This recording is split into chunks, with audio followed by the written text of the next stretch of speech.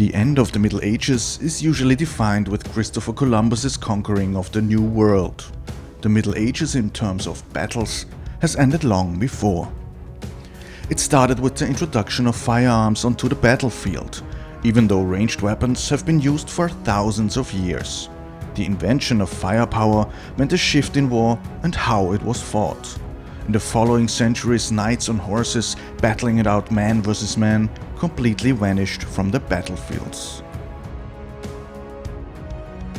But there was one last time thousands of knights gathered to decide the fate of the continent. There's one battle that is always mentioned as the ultimate end to an era of fights. It was in the fall of 1322, on the 28th of September, die Schlacht bei Mühldorf, or the Battle of Mühldorf. Mühldorf in Bavaria, Germany.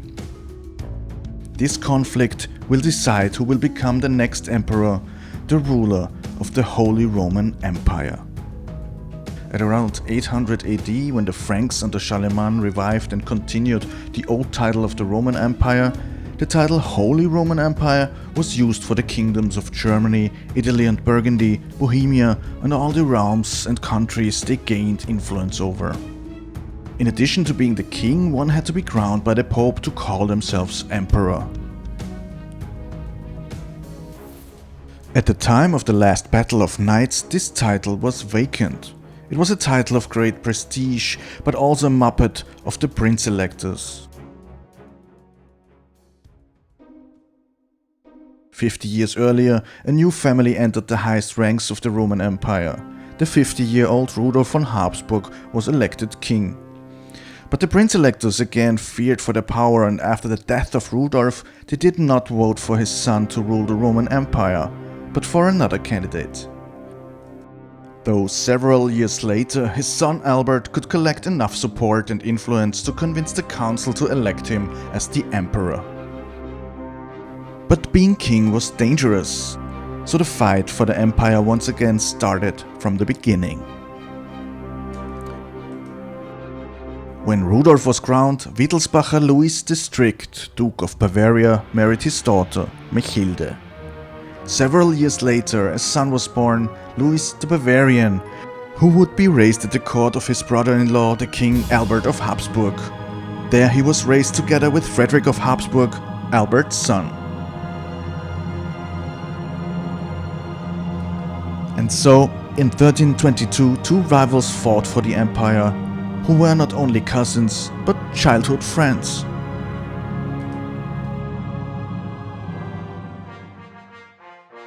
The conflict was already brewing since the death of Albert, and was even accelerated after his successor, Emperor Henry of Luxembourg, died. The prince electors denied his 17-year-old son John, the new king of Bohemia, the crown of the empire. Now the Luxembourgs sided with the Wittelsbacher under Louis, who just recently defeated Frederick decisively at the Battle of Gammersdorf. Reinforced by this victory and the new allies, Louis was a veritable candidate for the emperor's crown. But also the Habsburgs sensed an opportunity to win the crown for the house. It was also a necessity. They had collected a lot of land and influence, and a new emperor would probably limit their power and take away many of their assets. Great effort has been made in order to convince the council. The Archbishop of Cologne could be won by the impressive sum of 40,000 coins of silver. The result in 1314 was a stalemate. Frederick was crowned as king, but also Louis was crowned. Only another battle could solve the conflict. In 1322, Frederick finally started to gather his troops, first and foremost the Knights of Austria and Styria. Another one of Frederick's cousins, Charles Robert, King of Hungary, sided with the Habsburgs. He sent the Cumans, 5,000 men of a nomadic tribe who were mainly archers on horses, feared by many for their fierce fighting and their precision. His younger brother Henry, 22 years of age and called the Friendly, joined the forces from the south. The Cumans traveled on the left riverside of the Danube and devastated everything on the way, including civilians and churches. The Austrian and Styrian troops followed suit, pillaging on the right riverside. His allies, the Archbishop of Salzburg and the Bishop of Lavant, came from Salzburg. Together, they rallied 1,400 heavy knights, heavily armed fighters on horses, which meant a vast number of followers, as every knight needed knaves and journeymen, as well as craftsmen and sutlers.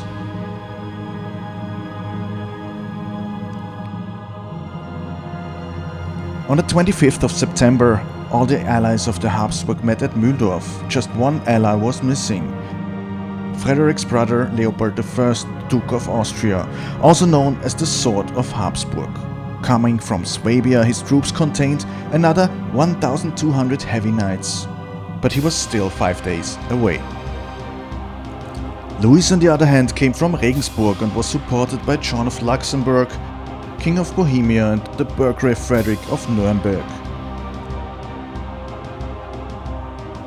Informed about Frederick's brother drawing closer, Louis sent out heralds to all his allies and neighbors and finally rallied 1,800 heavy knights and 4,000 footmen and archers. The Habsburg alliance still had a large advantage in numbers, but if Leopold of Habsburg would not be able to join in time, Louis would have a real chance. Louis' allies, especially John of Luxembourg, encouraged him to attack immediately.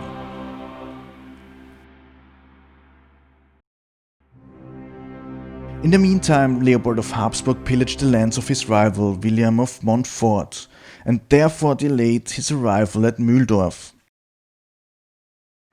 This delay gave Louis the opportunity to rally the necessary troops to have an advantage over Frederick's army. He was joined by Henry, Duke of Lower Bavaria, the Archbishop of Trier, the Duke of Fürstenberg, and many more.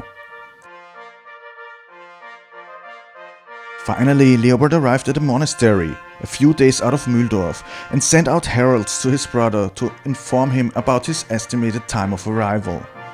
But the monks of the monastery caught the heralds and robbed their horses. The message was not delivered in time. Louis listened to his commanders, and according to the rules of engagement, he proposed a day of fight. It should be the 28th of September. Now Frederick had to decide. Having heard nothing from his brother, he didn't want to further delay a battle that had been avoided for too many years. He took the invitation to battle, although his brother and his troops were still days out. In the evening before the battle, Frederick's captains scouted the Bavarian camps, and finally they realized the superior numbers Louis could muster. With the dawn of the 28th of September 1322, the battle began. The opposing parties split their armies into groups. The spearhead of the Habsburg army consisted of the brothers of Walsee, experienced commanders carrying the banner of Styria. Right behind them, in the second group, Frederick, supposedly in a golden armor, carrying the banner of the kingdom. In the third row came his brother Henry, with the banner of Austria carried by the Marshal of Pilichdorf. In the final group, the banner of the Archbishop of Salzburg. The Cumans, the Hungarian horsemen, were held back as reserve and sent to the flank. The Bavarian army was led by the King of Bohemia, John of Luxembourg.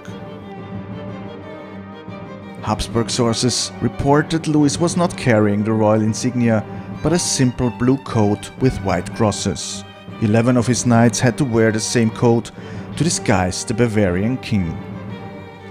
John of Luxembourg made an initial push, but was pushed back by the Austrian and Styrian knights. The Habsburg captured 500 enemy fighters, who were bound to their oath and the rules of engagement not to enter the battle again. Further, it is told that John was beat from his horse by the Austrian Marshal of Pilichdorf. And as the Austrian alliance gained the upper hand, Louis made a decisive tactical maneuver. He ordered a part of his knights to unsettle and support his footmen and lance the Austrian horses. The Austrians, under heavy pressure now, suddenly realized an army approaching from the flank and immediately burst in joy, expecting the long-awaited Leopold of Habsburg with his 1,200 knights. But what they saw were the troops of the Burgrave of Nuremberg attacking them from the side and back. Allegedly, the 500 detained knights also broke their oath and also attacked the Austrians. Now the fate of the Habsburg alliance was destined. The so much feared Hungarian horsemen were not effective against Louis' heavy troops, who also used the terrain to their advantage. They are said to have been the first to flee the battlefield. Knight after knight had been killed, maimed or captured. Sources report there was a huge number of chopped off heads, hands, arms, feet and legs. Even in the caves, the mountains, the woods, many have been killed. The Marshal of Pilichdorf and his king are said to be among the last ones fighting. Frederick, after having killed more than 50 enemies, was finally captured when his horse was lanced. And with him, around 1,200 of his knights were detained and 1,000 fighters are said to have died in this battle. The captives were split up between the Bavarian allies and later set free for large sums of ransom. John of Luxembourg imprisoned Henry until 1323 and set him free for 3,000 ducats. A few years later, Henry died, exhausted by the harsh prison conditions at the age of 28. Frederick was held captive for another 3 years until Louis finally released him. But not only that, the two childhood friends reconciled and Louis even crowned Frederick as his joint ruler. For the next century, there would be no German king from the House of Habsburg.